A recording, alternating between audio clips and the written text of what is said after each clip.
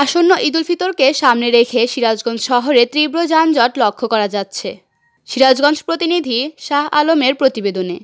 শহরের ব্যস্ততম এলাকাগুলোতে একই লেনে যেন যানবাহন চলতে না পারে সে লক্ষ্যে সিরাজগঞ্জ পৌর প্রশাসক মোহাম্মদ কামরুল ইসলাম এবং পৌর নির্বাহী কর্মকর্তা মোহাম্মদ রফিকুল ইসলামের তত্ত্বাবধানে শহরে যানজট নিরসনের লক্ষ্যে অভিযান পরিচালনা করেন। এ সময় শহরের ব্যস্ততম এলাকাগুলোতে কেউ যেন এক লেন থেকে আরেক লেনে ঢুকতে না পারে সেই জন্য রশি দিয়ে এবং কাটা তারের বেড়া দিয়ে প্রতিবন্ধকতা সৃষ্টি করেন। এ সময় পথচারীদের প্রতিক্রিয়া জানতে চাইলে এই অভিযানকে সবাই সাধুবাদ জানিয়েছেন। আপনারা দেখতে পাচ্ছেন সিরাজগঞ্জ ঈদকে সামনে রেখে যানজট নিরসনে পৌরসভার সৌজন্যে চলছে নিবিড় পর্যবেক্ষণ। একজন পথচারী সম্পর্কে আমরা একটু প্রতিক্রিয়া জানবো। ভাইয়া, আপনার নাম কি?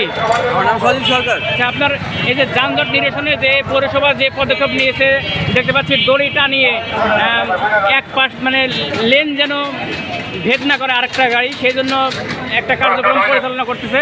তো আপনার প্রতিক্রিয়া একটু বলেন। এটা একটা ভালো উদ্যোগ। সামনে থেকে আমাদের সিরাজগঞ্জে বিভিন্ন রকম বিশৃঙ্খলা এবং যানজট দেখতে পাই।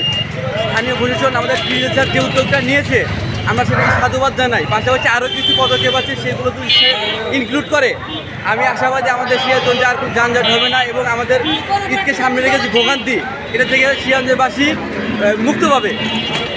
এবং আমরা এর পাশাপাশি আরও কিছু প্রস্তাব রাখছি যে স্কাউটের স্টুডেন্টদের যদি পাশাপাশি যানজট নিরসনের দায়িত্ব দেওয়া হয় তারাও এখানে ভূমিকা রাখতে পারবে। Thank you. তো দেখতে পাচ্ছেন পৌর প্রশাসক এবং পৌর নির্বাহী কর্মকর্তাগণ নিবিড় পর্যবেক্ষণে টিম পরিচালনা করতেছে। রাস্তার এক পাশ ভেদ করে যেন আরেক পাশের গাড়ি ঢুকে না যায় সেই জন্য কাঁটাতারের বেড়া দিয়ে